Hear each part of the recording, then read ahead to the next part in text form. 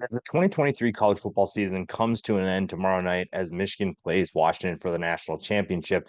It's never too early to take a look ahead at the next year.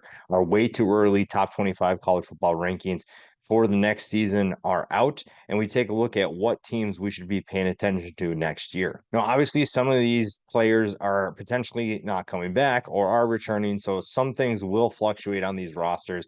But as of I'm recording right now, you look at a team like Michigan, and if they do win, or if they don't, they should be one of the best teams in college football, and they come in at number one. If JJ McCarthy does decide return, which I assume that he will, which is why they're here. If he does, they're to me going to be the top team heading into the 2024 season. JJ McCarthy leads the way on offense. They'll obviously need to figure out who's going to replace Blake Corum. Although if Donovan Edwards is back, that gives them a good option there. And this is a team that's going to be loaded once again. This is going to be an extremely talented team. And it's just going to come down to who's returning. Is Jim Harbaugh truly going to the NFL, or will he be around once again?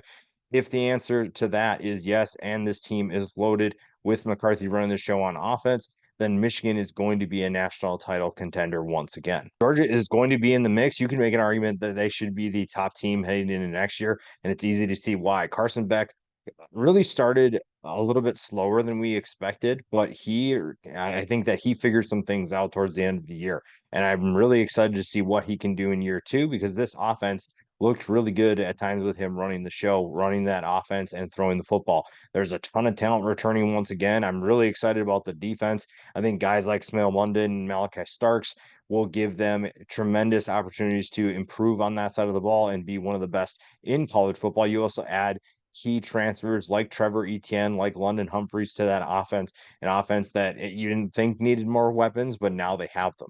Oregon is a team to definitely pay attention to in 2024. Dan Lanning has done a great job of recruiting and bringing in transfer talent. And one of the biggest additions that he had was getting Dylan Gabriel to come to campus. You lose Bo Nix. He's out of eligibility. One of the most experienced quarterbacks in college football had a major turnaround with the Ducks. And now you have a talented quarterback in Gabriel. And I think that you look at the system he comes into, he's a good fit for Oregon. You obviously have to find some players to replace guys like Bucky Irving and Troy Franklin, but you have certain players back like Tez Johnson, like Jordan James. You have a number of players that can make life easy. And with Dylan Gabriel, I think that was a huge addition. And I think that the Ducks are going to be one of the best teams in college football next year. Obviously, with everyone paying attention to what Nick Saban will do next year, I think that this will fluctuate a lot for Alabama. The ranking of where they belong depends on if Saban is going to coach. We don't have anything indicating that he is leaving, but for now, we'll assume he's staying, and that's why they're coming in at number four. A 12-2 year for the Tide was a little bit disappointing, though they did make it to the college football playoff. They came short against Michigan, but I think I really like this team and the young talent that they have returning. Deontay Lawson decided to come back. Jalen Milroe should be much better in 2024 now that he has a full season under his belt. There maybe isn't a quarterback controversy, and the defense has a lot of young talent as well. Jaheim Otis is another player like Lawson who could be an absolute stud. Caleb Downs already as a freshman had a phenomenal year. So this is a team that is locked and loaded for next year. Now, Penn State has been disappointing in terms of trying to beat Michigan and Ohio State, but I really think they have a good chance to be much better and potentially get over that hump in 2024. A 10-3 year was kind of disappointing. You beat everybody that you should have, and then you lost to the two teams in the regular season that everyone expected you to at least try to compete with. And I think next year you're going to see a more talented, a more experienced team. When you look at Drew Aller and what he can do, he obviously is the X factor of trying to get this offense to the next level. You have Katron Allen and Nick Singleton back in the backfield, and you added a player like Julian Fleming from the transfer portal. So there's a lot of talent to go around. It's just a matter of getting the offense up to speed. And guys like Abdul Carter on the back end, on the defensive side of the ball will keep Penn State in some of these games as well. You'd think when you lose a Heisman Trophy winner that your team would take a step back, and that still might be the case, but LSU is in good hands with Garrett Nussmeier running the show. You saw what they did against Wisconsin in the bowl game, and it appears that they are just fine. They don't have anything to worry about. Nussmeier appears to be solid. The wide receivers that he'll throw to is probably the biggest concern, but you're looking at a team that will still be a contender. It's just a matter of how high can they rise. I really like this team. I like what Brian Kelly has done a really good job of recruiting, doing well in the transfer portal. I think that this is still a team that's very much a top team in college football, and it's just a matter of who are the new faces that will step up. Texas loses quite a bit of talent to the NFL draft, but they return Quinn Ewers. That's probably the biggest return for them, and the amount of talent that they have back on both sides of the ball makes them a contender. They, even though they're going into the SEC, that's probably the biggest concern for this team. Is you're playing tougher competition. What does that mean for the Texas Longhorns? What does that mean for their ability to contend in next year's college football playoff? They got in this year, and there's a lot of reasons to believe that they can do it again in 2024. CJ Baxter in the rushing attack will be fine. The defense has a lot of young talent that I think has yet to reach its full potential too. Missouri had a breakthrough year in 2023, and they're hoping to build upon that in 2024. The passing attack of Brady Cook, Luther Burden, Marquise Johnson appears to be it's set for another explosive year. I think that they are going to be phenomenal to watch. And the defense has a couple of key pieces returning, though they do lose quite a bit of talent on that side of the ball. But I'm really excited to see what that defense can do to reload. I think that Eli Drinkwitz has done a great job in the transfer portal. Recruiting has been pretty good as well, but this offense is going to be really fun to watch after an 11-2 season. Arizona might be too high on this list, but I'm really excited to see what the Wildcats can do after a 10-3 season. To be able to win in this Pac-12, Pac-12 that was very deep, I think that that means good things for going into a Big 12 conference that's maybe not as talented at the top as the Pac-12 was. So now you get an Arizona team that's coming off a huge year. You have a ton of momentum. You have an offense led by Noah Fafita and Totoro McMillan. You're looking at an offense that will be explosive. The defense obviously took a step forward. You lost your defensive coordinator, so you're going to have to figure that out. But this is still a group that has a ton of talent coming back. And it's a big reason why I think that they are going to be at the top of the Big 12 right away. Another team that maybe I'm just higher on than a lot of people is the Tennessee Volunteers. When you look at, you lost Joe Milton, although I don't really see that as a huge loss. When you have Nico Iamaleava, you're looking at a guy who has a ton of potential, and you saw it in the bowl game. Obviously, not the greatest statistical game, but you saw the potential. You saw the athleticism. You saw the arm strength. And when you look at the guys they have returning, it's easy to see why this team could compete in the SEC. Obviously, everyone's chasing Georgia and Alabama, but this is a Tennessee team that I think has the talent necessary to compete or even just make the college football playoff. With it being 12 teams next year, a team like Tennessee just needs to get in. And then from there, they need to just find ways to surprise people and win games. With Nico running the show on offense, a lot of people are excited about that, and it's easy to see why. Ohio State has a lot to figure it out. You get a guy like Will Howard in the transfer portal to compete with a guy like Devin Brown and a couple other players at that position, but you lose a ton of talent on the offensive side of the ball. It was a disappointing year, but it's still an 11-2 year. You have to at least focus a little bit on that to show, hey, we won 11 games. It's not a bad season. It's just not what we wanted. The wide receiver talent that you lose Marvin Harrison Jr. and Mekhi Buka. You also lose Julian Fleming to the transfer portal. So there's a number of players that need to step up. A guy like Carnell Tate will play a huge role in the success of this team. Dallas Hayden does the same at running back. When you lose the amount of talent you do at the skilled positions, you're going to need younger guys to step up, and they have the talent available. It's just a matter of how does that team elevate. The defense, led by Jack Sawyer and a number of other exciting players, have the ability to keep this team in games, but it's going to be a tough road, especially when you have to face Michigan and Penn State. Ole Miss loses a ton of talent, but they do hit the transfer portal hard. Lane Kiffin continues to find quality talent to replace and make them a contender right away. I think that this is a team that it's just a matter of taking that next step. A lot of that pressure is on Jackson Dart, finding ways to get this team back on track, find this way to get this team to take a step lies pretty much on Dart's shoulders. And he's going to have to do that without Quinshon Judkins. The star running back hit the transfer portal, a huge loss for this team, one that I don't think many people expected.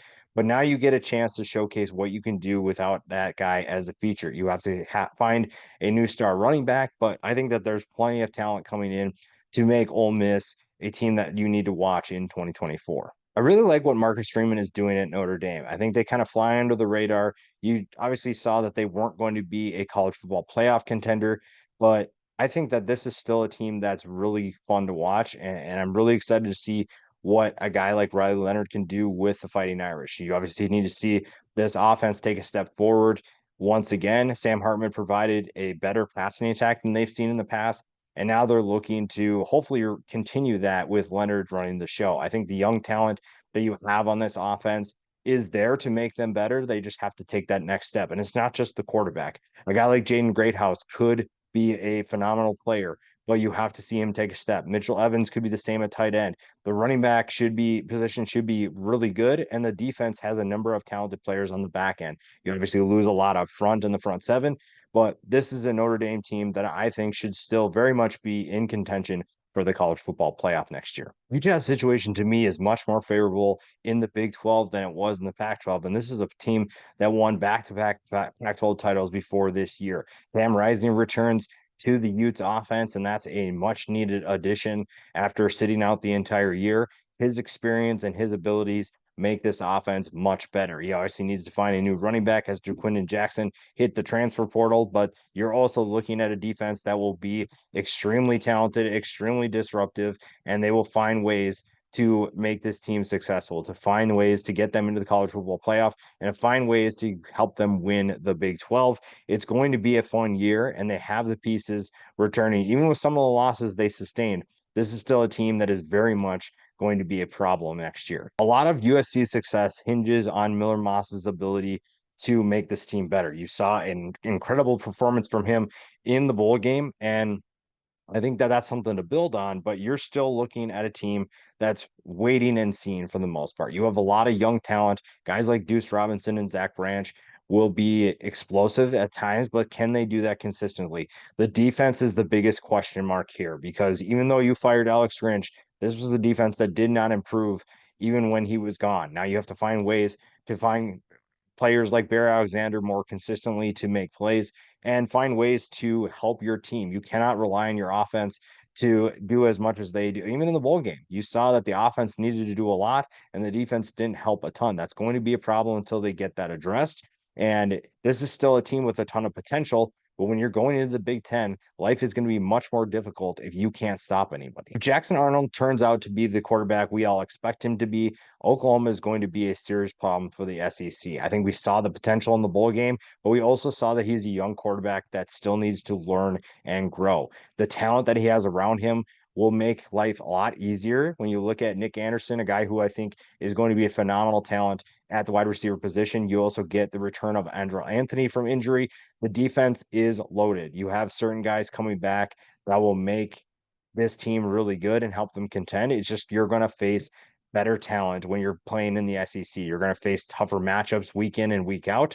And that's probably the biggest question is Oklahoma prepared for that or are they going to struggle? A lot of that hinges obviously on Arnold, like we said, but if he is ready for that challenge, then they're going to be in good hands. Kansas got a number of huge returnees to come back to college next year, and one of them being Jalen Daniels. If he can get back to full strength, this is a dangerous team, especially in the new Big 12. With Oklahoma and Texas gone, this is a Kansas team that I believe can get to the Big 12 championship game. You also get Devin Neal back. That was huge. The wide receiver trio that we saw last year, you saw Lawrence Arnold, Luke Grimm, and Quentin Skinner stepped up in a big way, and I think that they can do that once again.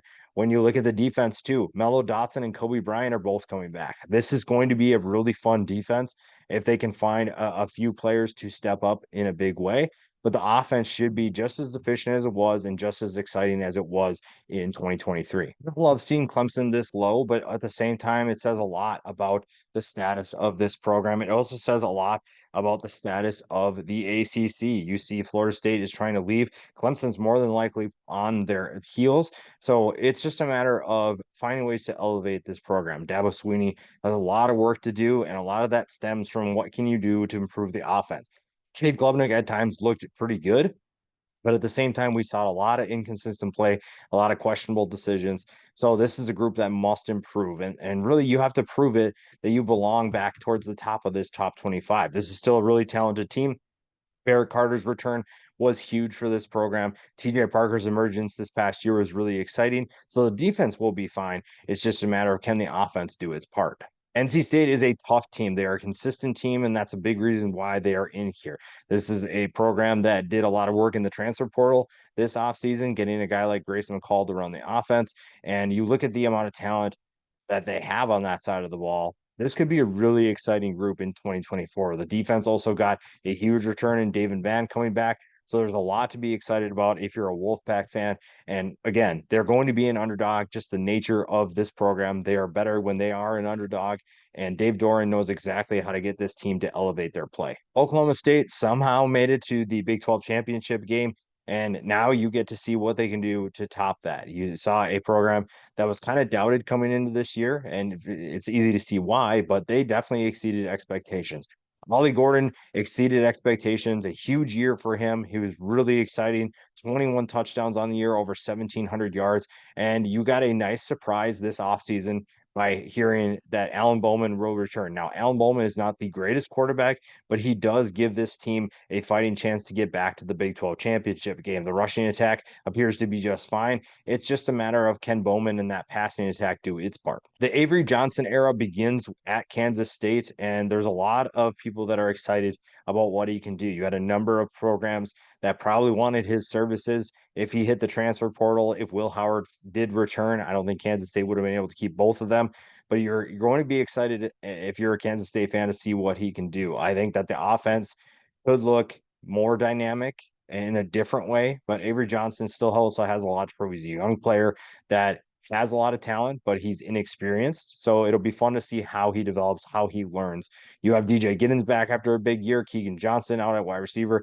The defense loses a number of key pieces, but it's Kansas State, so you know that they're going to reload. Jeff Brown and Louisville did not waste any time getting back to the top to compete for an ACC championship. Obviously, it didn't go their way, but this is still a team that I expect to be in contention in this conference for a while. Brom has done a great job of getting this program, getting this roster turned around and to a position where they can compete. And he's doing that in recruiting. He's also doing a great job in the transfer portal. You got Tyler Shuck from Texas Tech. Now, Tyler Shuck to me is still trying to prove his worth because he hasn't been able to stay healthy. He's super talented. He has all the tools you want in a quarterback, but he has yet to stay healthy for an entire year. And when you look at the amount of talent that they have returning, I think that this is a team that will very much be in contention in this conference. And it'll be fun to see what Jeff Brom can do in 2024. Mario Cristobal has a lot to prove on the field. He doesn't have much that he has to prove off of it. He has to find a way to get his team to play better. But when you look at the amount of talent they have returning, it depends on the quarterback position, but there's a lot around them that could be exciting. A guy like Mark Fletcher is showing his potential early and often. Xavier Restrepo is a 1,000-yard receiver. And Ruben Bain on defense, absolute stud. He's going to be a problem for the ACC. So that's not a talent concern for Miami. It's just a matter of getting that talent to play at a high level. They have the ability to do it. We've seen it at times. The consistency just hasn't been there. So Cristobal has to find a way to get this program to take a step in terms of their development. And if he can do that, this is a program that will be a major problem for college football. I hate putting Washington this low, but when you go from Michael Penix Jr. to Will Rogers, that's going to be a step down. You're also potentially losing 3 NFL caliber wide receivers. You're not going to just replace that overnight. So I don't like that they're this low, but at the same time, the writing's on the wall. You're going to lose a ton of the biggest reason why you're in the national championship game. The 4 biggest reasons, I should say, are all going to be gone next year. Eventually, we'll see what happens, but I assume they're all going to be gone. Will Rogers also is not the quarterback that Michael Penix Jr. is, so you're going to take a step back. I do trust that Kalen DeBoer will find ways to suit this offense to Rogers' skill set a little more. He's not the deep ball thrower that Penix is, so this team should still be a good team. It's just going to be hard without your top 4 players on offense. And you're also going to a Big Ten conference that will provide more challenges than the Pac-12 did. And then last at number 25, I'm going with Virginia Tech. It might be a little bit of an overreaction to this year, but I really like where this program is headed. Kyron Drones looks really solid at the quarterback position. The rushing attack appears to be set, and you're getting a number of players back in 2024 at wide receiver. The defense appeared to have taken a step forward, and they return a few key pieces despite losing quite a bit of talent. But this is still going to be a team that I think a lot of people are going to sleep on, and that's why they're 25th. They're not in the top 10, but this is still a team that I think could take a step forward and surprise people in the ACC in 2024.